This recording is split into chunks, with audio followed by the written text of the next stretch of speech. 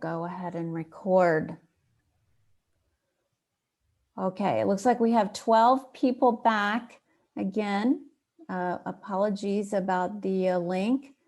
We will definitely try to figure that out in the future. All right, so I'm going to just take a quick minute to look over some of the gaps that we found that I hope you'll be able to look for.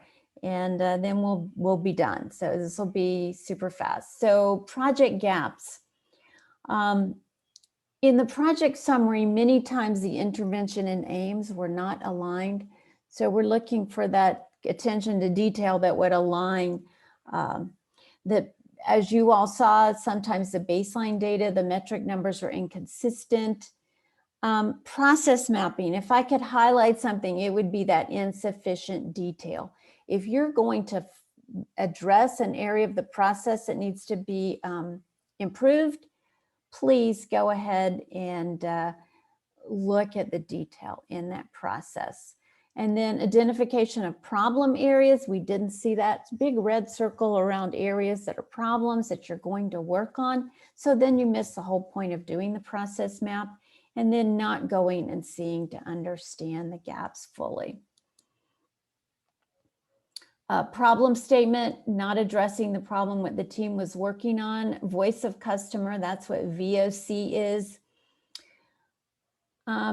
So if the problem is the patients are not returning for their appointments, then you need to direct the voice of customer survey at finding out why patients or clients are not returning for their appointments. And making broad sweeping conclusions that are not supported by the data will not helpful.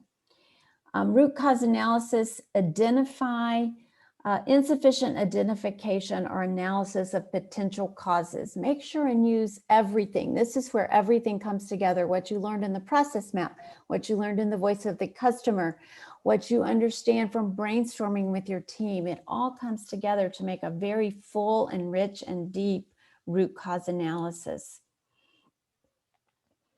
And then poor data quality. So not collecting the baseline according to instructions about the time frame, not understanding what the data collection plan would be, and it would be for data going forward. Raw data, not supportive of your calculated metrics, and your data collected is maybe not consistent with the aim statement. We also, I'm just going to go back. So, oh, sorry, Barbara, to interrupt. Kaylee sent the passcode for other participants failing to enter. Sorry. Okay. Let me, so I'll need to stop sharing for a quick second. I'll pause. All right, there we go. Thank you, Katie. So there was a lack of knowledge about how to calculate the percentage using the numerator and the denominator. And the run chart, as we mentioned, doesn't need to have separate lines for the numerator and the denominator. Just do it. Many times these are misclassified as complex problem, misclassified, and they really need to be complex problems instead of just do it. The PDSAs, the test of change, were not aligned with the aim on which the team was working. The data wasn't laid out in the plan phase, so you couldn't review it in the study phase.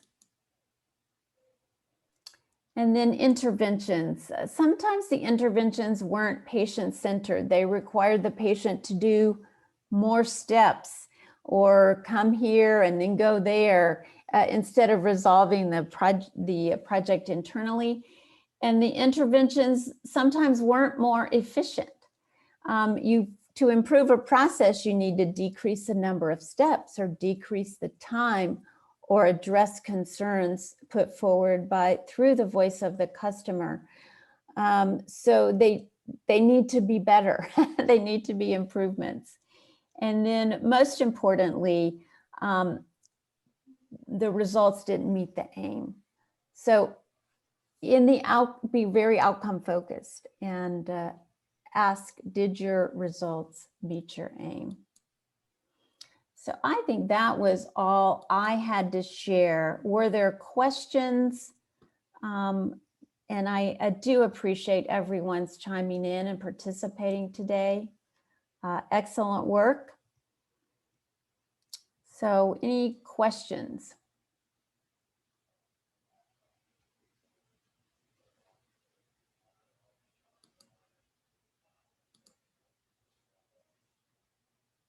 All right.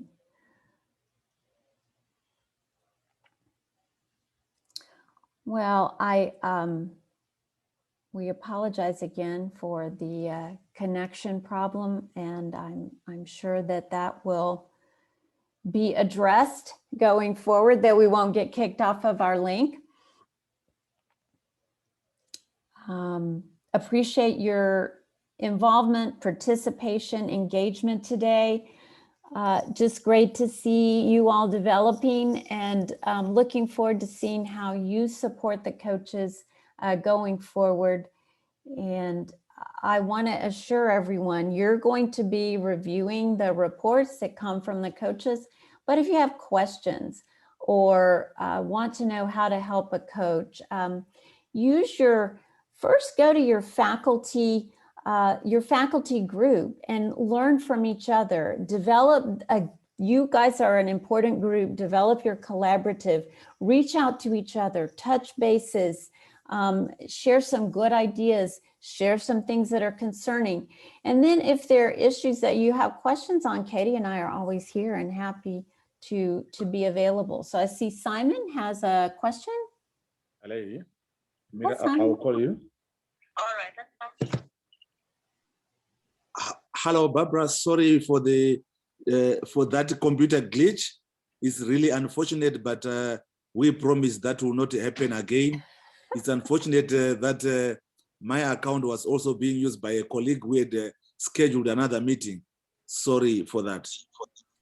Well, thank you, Simon. We appreciate you troubleshooting it. And, you know, sometimes we learn best when things don't go perfectly. So I appreciate you giving us a heads up, and we appreciate your help so much, your support, and appreciate you working with us in the future. Thank you. Thank you. Bye. Bye-bye. Okay.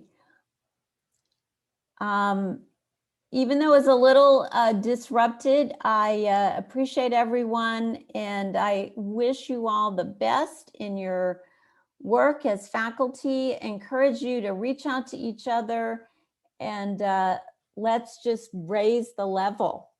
Raise the level. You know, as we work together, we'll raise all boats. We'll raise the level of our ability to help our colleagues and help QI grow and help improve HIV care. So looking forward to that. So the recordings will be posted on the LARC website. So for those of you who can, please